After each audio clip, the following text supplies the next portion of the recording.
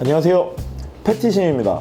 프랜차이즈, 오늘 이거에 대해서 얘기해 볼까 해요. 프랜차이즈의 장단점 이미 너무 많이 알고 있고 이거에 대한 영상들도 너무나 많아요. 그러니까 오늘은 그런 거 다 정리하고 하나만 얘기해 볼게요. 프랜차이즈를 하면은 단점이 뭐죠? 너무나 장점은 많아요. 장사가 잘 될 확률도 알고 있고요. 근데 치명적 단점은 마진율이 떨어진다는 거예요. 마진율이 왜 떨어질까요? 맞죠. 수익이 나면 그 수익을 본사랑 찢어 먹어야 되니까요. 사실 본사에서 지원받는 게 워낙 많기 때문에 그 수익을 찢어가는 부분에 대해서 불만을 가지시면 안 돼요. 오히려 그런 본사의 노력과 지원이 개인적으로서 시행하게 되면 더 많은 비용과 완성되지 못한 결과물을 볼 가능성이 높기 때문이에요. 그러면 본사가 어떤 식으로 돈을 가져가는지, 수익을 가져가는지 한번 볼까요? 첫 번째, 로열티. 작은 브랜드는 그런 일이 거의 없지만 큰 브랜드로 갈 경우 로열티를 받게 돼요. 보통은 매출의 몇 프로 혹은 월 고정금액 얼마, 이런 식으로 로열티를 받아가죠. 수익을 얼마를 찢어가는 거니까 사실 이거는 이상하지 않아요. 저는 어떻게 보면 정당하다고 봐요. 근데 본사가 가져가는 두 번째 수익 방법, 그거는 뭐냐면 유통마진이에요. 본사를 통해서 독점 공급받는 그 재료들이 시중 가격보다 좀 더 비싸다는 거죠. 시중의 최저가가 아니더라도 시중의 평균값까지만 돼도 참 좋으려니만 사실은 평균값보다 훨씬 더 많은 금액으로 판매하는 경우가 대부분이에요. 법적인 판례도 있고 그래요. 보통 통행세라고 해서 얼마 정도의 마진을 붙인 게 적절한 것인가 아닌 것인가에 대한 논의는 굉장히 많지만 어쨌건 프랜차이즈 가맹 본사가 유지하는 기본 비용이 있기 때문에 법적으로 보통 판매가 원금의 30% 정도를 품질 유지 비용으로서 붙이는 거에 대해서는 통상적으로 아무 문제가 되지 않아요. 그러면은 이 두 가지 다 그럴 수도 있겠거니 하니까 여기까지는 우리 얘기하지 말자는 거예요. 그런데 이 두 가지 부분에 대해서 인정해, 그렇게 돈 가져가도 돼 라고 인정을 하더라도 이 다음 얘기는 생각하지 못하셨거나 인정하지 못하시는 경우가 있을 거예요. 그걸 한번 얘기해 보자는 거죠. 뭐냐고요? 앞에 두 가지의 특징은 이런 특징이 있어요. 장사가 잘 되면 잘 될수록 높아진다. 가맹점이 장사가 잘 돼서 돈을 잘 벌면 본점도 돈을 잘 버는 구조래요.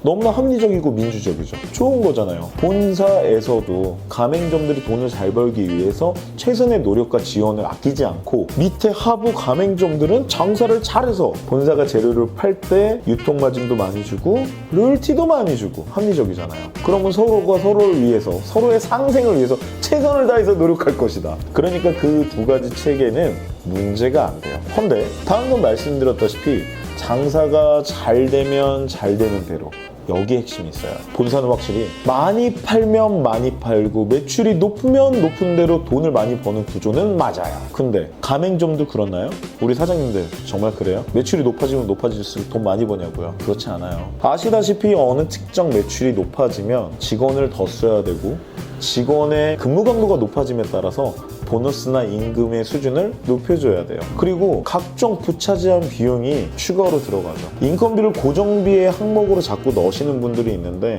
그거는 내 매출을 박스권에 가둬놓고서 어느 이상 매출 안 할 거야 라고 했을 때나 가능한 거죠. 그렇기 때문에 매출이 높으면 높을수록 수익이 난다? 저는 그 말에 동의하지 못합니다. 심지어 어떠한 상황에서는 차라리 매출을 어느 정도 줄이고 직원을 안 쓰는 게 훨씬 더 수익적인 면에서 이득이 되는 경우도 있기 때문이죠. 그러다 보니 내가 원가는 똑같은데 판매가를 비싸게 해서 마진율을 높게 잡고 판매량을 줄이느냐 혹은 판매가를 낮춰서 박리담회로 파느냐 라는 거는 내가 가게를 운영하는 입장에서는 두 가지 중에 어떤 걸 선택해도 상관이 없어요. 내가 장사하고 있는 그 시장에 더 알맞은 형태의 전략을 선택하면 될 뿐이에요. 내가 팔고 있는 게 성인을 위한 건지 어린 아이들을 위한 건지 술 마시는 분들을 위한 건지 식사를 위한 건지 그거에 따라서 전략적으로 선택하시면 되는 것 뿐이거든요. 허나 프랜차이즈 본사는 달라요. 무조건 많이 팔면 되거든요. 많이 팔면 많이 팔수록 무조건 돈을 버는 구조. 이 꼴은 박리담회. 박리담회가 좋다 나쁘다를 떠나서 프랜차이즈는 박리담회를 해야만 하는 거고 점주님들은 마진율이 높은 장사를 해야지만